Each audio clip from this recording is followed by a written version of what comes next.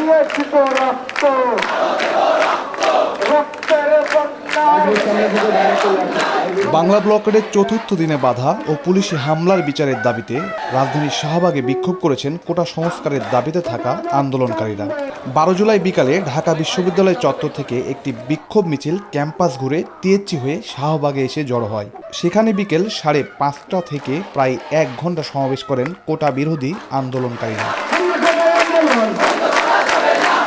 শিক্ষার্থীদের আন্দোলনে পুলিশি হামলা ও সরকার দলীয় ছাত্র সংগঠনের নির্যাতনের নিন্দা জানান তারা। এমনকি ভবিষ্যতে হামলা হলে কড়া জবাব দেওয়ারও হুঁশিয়ারি দেন আন্দোলনকারীরা। আমাদের এই দাবি যে পর্যন্ত না মেনে নেওয়া হবে আমরা রাজপথ ছাড়বো না। আমাদের যেই আবেগ, সেই আবেগ নিয়ে ফুটবলের মতো খেলছে। একবার লাথি দিয়ে সংসদ থেকে হাইকোর্ট, আবার হাইকোর্ট থেকে সংসদ, এভাবে আমাদের আবেগ, আমাদের আকাঙ্ক্ষাকে ভেঙে দেওয়া হচ্ছে। মাননীয় প্রধানমন্ত্রী যদি আমার পেটে কেউ লাথি মারে তবে আমি কিন্তু বসে থাকবো না, আমি আমার অস্তিত্বের জানান অবশ্যই দেব। দাবি আদায় না হওয়া পর্যন্ত রাজপথে থাকবেন আন্দোলনকারীরা। তবে দ্রুত সময়ের মধ্যে সরকার যেন তাদের দাবি মেনে নেয় সে আহ্বান তাদের। আমাদেরকে হামলা মামলা হুলিয়ে দিয়ে ভয় দেখানো হয়, তো আমরা আজকে শাহবাগ মঞ্চ থেকে বলতে চাই, আমরা আমাদের দাবি আদায় না হওয়া পর্যন্ত পিছপা হব না।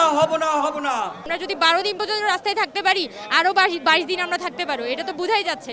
তো আমাদের স্পিরিটের কথাটা ভেবে আপনারা কষ্ট করে একটু আমাদের দাবিটা মেনে নেন, এবং এটাই আমাদের পক্ষ থেকে আপনাদের প্রতি আহ্বান। ঘণ্টাব্যাপী সমাবেশ কর্মসূচির শেষে 13 জুলাইয়ের নতুন কর্মসূচি ঘোষণা করা হয়। সারা দেশের সকল সংগঠক, সকল প্রতিনিধিদেরকে অভয় দিতে চাই, কোথাও যদি কেউ আমাদের উপর হামলা করে, হুমকি দামকি দেয়, আমরা সকলে একসাথে তাদের বিরুদ্ধে সর্বাত্মক প্রতিরোধ গড়ে তুলব। এরই সাথে আমাদের পরবর্তী কর্মসূচি আমি এখন উপস্থাপন করব। আগামীকাল আমাদের সকল বিশ্ববিদ্যালয় ও জেলায় জেলায় অনলাইন অফলাইন প্রতিনিধি বৈঠক হবে এবং বিকাল 6টায় আমরা আমাদের পরবর্তী কঠোর কর্মসূচি নিয়ে একটি প্রেস ব্রিফিং করব।